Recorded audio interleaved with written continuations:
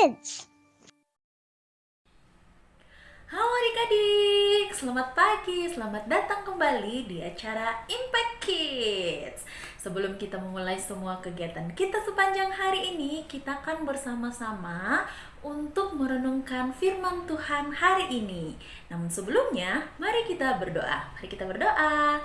Tuhan Yesus yang baik, terima kasih Tuhan untuk pagi hari ini. Kasih setia Tuhan, senantiasa Tuhan limpahkan dalam hidup kami. Terima kasih Tuhan melindungi kami dalam tidur kami sampai pada pagi hari ini. Kami boleh bangun dengan tubuh yang sehat dan kami siap untuk bersama-sama dengan Tuhan melakukan kegiatan kami hari ini. Terima kasih Tuhan, kami bersyukur dan berdoa dalam nama Tuhan Yesus. Amin. Hari ini kita masih akan renungan dari kitab Mazmur. Tema kita hari ini adalah rendah hati itu keren. Tema kita sekali lagi adalah rendah hati itu keren. Mari kita buka Alkitab kita bersama-sama dari kitab Mazmur. Kitab Mazmur pasal 37 ayat 11. Ayo kita buka Alkitab kita bersama-sama dari kitab Mazmur pasal 37 ayat 11. Kita baca sama-sama ya. Ayat 11-nya 11 yang A. Oke, mari kita baca sama-sama. 1, 2, 3. Tetapi orang yang rendah hati akan mewarisi negeri. Kita ulang sekali lagi. 1, 2, 3. Mazmur 37 ayat 11. Tetapi orang yang rendah hati akan mewarisi negeri. Adik-adik, kira-kira rendah hati itu apa sih artinya? Mari kita lihat bersama-sama. Rendah hati itu adalah yang pertama, suatu sikap untuk menyadari kekurangan atau keterbatasan kita akan kemampuan diri kita dan ketidakmampuan diri kita sendiri. Jadi rendah hati itu yang pertama adalah suatu sikap untuk menyadari kekurangan atau keterbatasan akan kemampuan diri dan ketidakmampuan diri sendiri. Yang kedua, menurut Kamus Besar Bahasa Indonesia menjelaskan bahwa rendah hati itu berarti tidak sombong dan tidak angkuh. Nah, itu dia dua arti kata rendah hati. Nah, mari kita buka kitab kita lagi yang sudah kita baca tadi, Mazmur 37 ayat 11.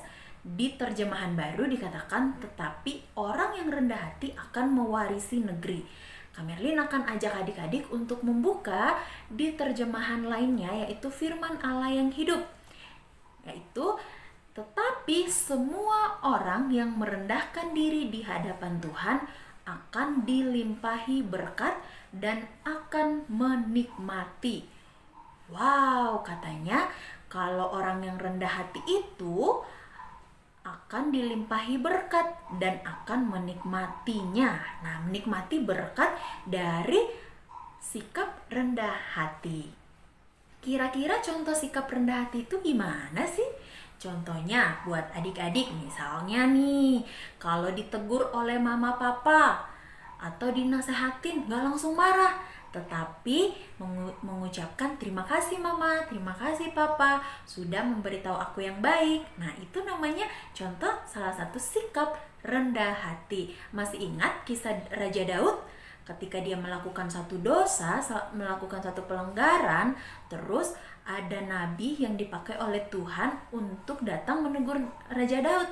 Raja Daud tidak langsung marah, tetapi Raja Daud menyadari akan kesalahannya dan tidak mengulangnya lagi. Nah, itu adalah contoh sikap rendah hati.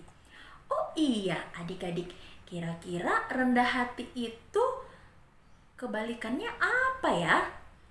Betul, rendah hati itu kebalikannya adalah iri hati.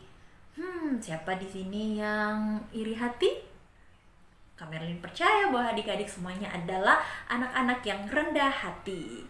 Iri hati adalah sikap yang tidak mau melihat kesuksesan orang. Iri hati adalah sikap yang selalu menganggap dirinya dia yang paling pintar, dia yang paling hebat. Jadi kalau ada temannya yang pintar dari dia, dia langsung berpikir, kok dia pintar ya, pasti dia nyontek. Nah, seperti itu contoh sikap iri hati. Jadi tidak mau melihat temannya senang, tidak mau melihat orang lain bahagia, tetapi berusaha supaya orang lain tidak jauh lebih pintar dari dirinya sendiri. Oke adik-adik, mari kita untuk memiliki sikap yang rendah hati. Hari ini renungan kita dari Mazmur 37 ayat 11 bahwa orang yang rendah hati akan mewarisi negeri. Kalau di terjemahan firman Allah yang hidup dikatakan bahwa orang yang rendah hati di hadapan Tuhan akan menikmati berkat. Ya, jadi kita harus memiliki sikap yang rendah hati di hadapan Tuhan. Kalau kita mau ditegur Tuhan melalui orang tua, melalui teman, melalui guru kita di sekolah atau di sekolah minggu, kita diingatkan kalau kita salah. Nah, itu adalah contoh sikap rendah hati di hadapan Tuhan. Dan kita percaya bahwa kalau kita sudah memiliki sikap rendah hati di hadapan Tuhan, pasti Tuhan akan memberkati kita. Mari kita mempersiapkan hati kita, bahkan melakukan semua kegiatan kita sepanjang hari ini dengan sikap rendah hati. Mari kita berdoa. Terima kasih Tuhan untuk firman-Mu hari ini yang mengajarkan kami untuk memiliki sikap rendah hati. Sebagai anak-anak Tuhan, kami mau untuk terus memiliki rendah hati yang mau ditegur, hati yang mau dinasehatin, hati yang mau dibentuk oleh Tuhan, baik itu melalui orang tua kami, guru kami, ataupun teman-teman kami, atau siapapun yang mengajarkan kebaikan kepada kami. Kiranya sepanjang hari ini kami melakukan firman-Mu ini, dan kami boleh menjadi kesaksian bagi banyak orang. Terima kasih Tuhan, kami bersyukur dan berdoa dalam nama Tuhan Yesus. Amin. Demikian Impact Kids kita hari ini. Sampai jumpa di Impact Kids selanjutnya. Dadah!